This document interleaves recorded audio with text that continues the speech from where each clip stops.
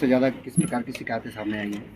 देखिए, आज हम लोग यहाँ पे 12 बजे से जन सुनवाई शुरू किए और वैसे निर्धारित समय जो था वो 11 बजे का था, लेकिन क्योंकि आज बहुत सारे अधिकारी हमारे साथ उपस्थित नहीं थे, दुखद ये रहा कि हमें 1 घंटे बाद ये कार्यवाही शुरू करनी पड़ी। और इसमें अभी टोटल हमारे पास 16 केसेस आए हैं।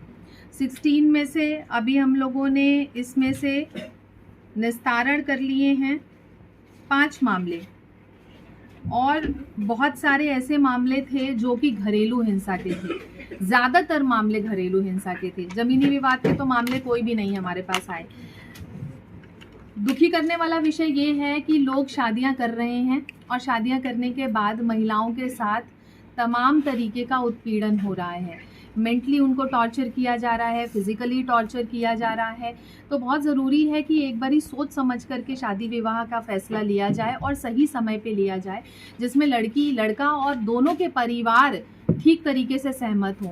तभी इस तरीके की चीज़ों को हम रोक पाएंगे। तो अवेयरनेस की बहुत ज़रूरत है, महिलाओं को सशक्त होने की बहुत ज़रूरत है, अपनी जिम्मेदारी को समझने की ज़रूरत है। और जब तक समाज ये समझेगा नहीं, ये उत्पीड़न के मामले ख़त्म नहीं होंगे। बहुत सारे ऐसे भी केसेस होते हैं जिसमें हम बुलवाते हैं दोनों पक्षों को और फिर भी एक पक्ष कभी भी नहीं आता है, तो उस पर भी हमने संज्ञान लिया है। बहुत सारी महिलाएं ऐसी थीं जो FIR चाहती थीं, FIR के लिए भी ऑर्डर किया है। तो मेरा ये अथक संभव प्रयास है कि महिलाओं को जल्द से जल्द जो भी उनकी प्रॉब्लम है उनका निवारण हम करके दे सके अपने बिहाफ से। मैम, इस पर किस प्रकार से प्रभावी अंकुश लगाया जा सकता है?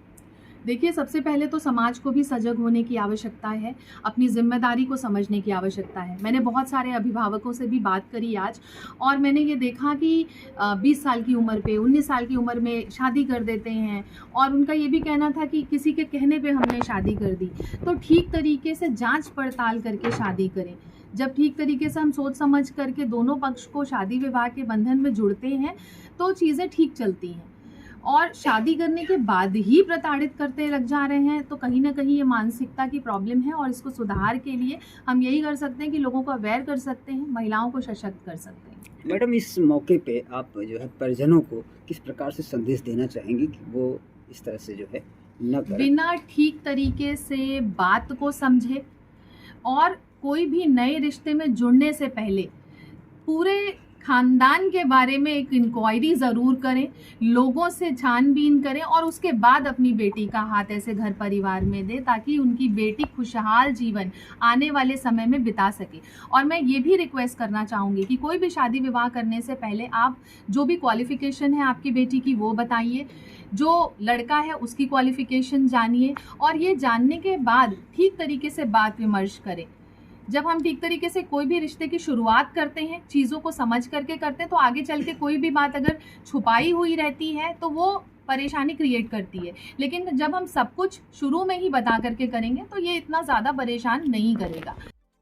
की समस्याएं कुछ निस्तारण हो रहा है या फिर समस्याएं बढ़ती ही जा रही हैं? मैं आपको श्योरली बताना चाहूँगी इसके बारे में कि पिछली बार की जो जन सुनवाई थी उसमें करीब 14 केसेस हमारे पास आए थे, जिसमें से मौके पर ही 3 का निस्तारण कर लिया गया था, और जो मैंने निर्देश दिए थे उसमें 4 से 6 केसेस का निस्तारण कर लिया गया है सफलतापूर्वक मीडिएशन के द्वारा।